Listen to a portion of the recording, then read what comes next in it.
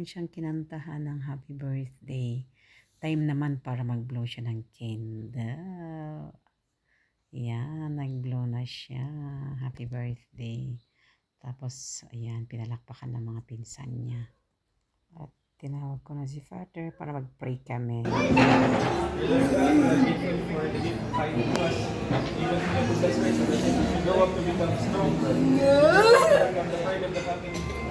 Bless all their plans, all ambitions, and pave the way for a wonderful future. Bless all her loved ones, and be able to bless all her aspirations. We ask you this to pray for them. Amen. Happy birthday, Basang! Happy birthday! At ito, pinuntahan ko rin itong isang apo ko. Nag-stay rin sa amin si Jessica, kaya anak din namin sila ng kasal, kaya ayan, apo ko. Ay, apo, ang ganda, kaya lang, masyadong siya, naatap pa. Yan. Ang bunso ko na may birthday ngayon. Siya ang birthday celebrant natin. Yan. Yan ang kanyang cake. At ang saya niya. Diba? Picture muna siya. Solo muna siya. Yan. And after that, tinawag ko na si Lola para mag-picture silang dalawa. Yan. Tapos kasama si Father. Si Father Marlon at saka si Father Philip. Inayos ni Father yung cake ng balasang ko. Yan. Yan, dalawang parish priest namin dito, St. Paul, Tuba. Tapos, syempre, picture lahat na sila. Ayan. Para may remembrance tayo. Yan yung mga pinsan niya, auntie niya. Dito silang lahat. Nako, nabusog sila. Yan, tsaka yung mga kasama namin sa simbahan, yung mga ito. Yan, nabusog kami. Kaya yan, picture muna kami. Ayan. Ako ang walang picture kasi nga wala ko doon. Ay, wala sina Lakay at Kuya pala. Ayan. Time to drink naman dito na banda. Late ang dumating ang mga ito, kaya sila na lang ang natitirang kumakain. Yan, may mga business kasi, kaya yan na late sila. Tapos si Kuya, may exam pa kasi. Kaya yan, na late siya din dumating. Yung birthday ni Hailey today.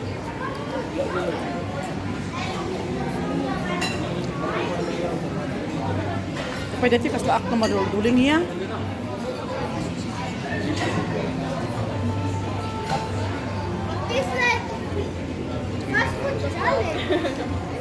Bebe.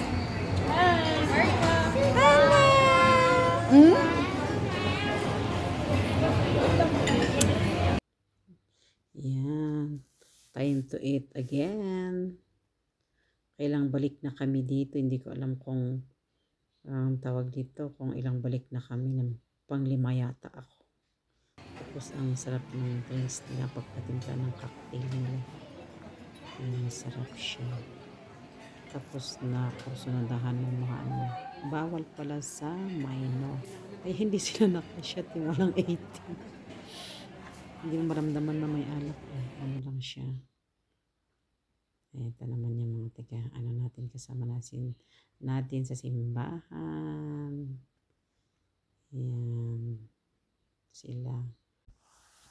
Ito naman yung pagpipilian ng food. Actually, ang dami dito daming food nila. Pag ganito na dinner, cocktail, maraming food. Ang kanila, mas marami kaysa sa lunch and breakfast. Ayan. Ito naman si Ase ang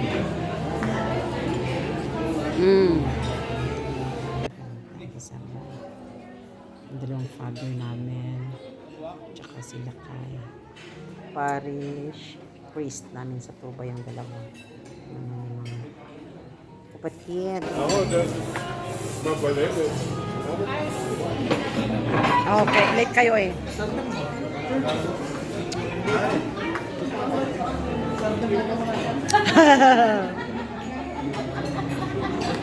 My mother dear and my pamangkin Marian. At syempre pagkatapos ng food, pagkain, eto picture-picture muna tayo sa labas kasi ang ganda na ambience niya dito. Okay, yan. Ganda. Kaya picture-picture muna tayo sa labas niya. Ito naman kami, kasama namin si apo ko.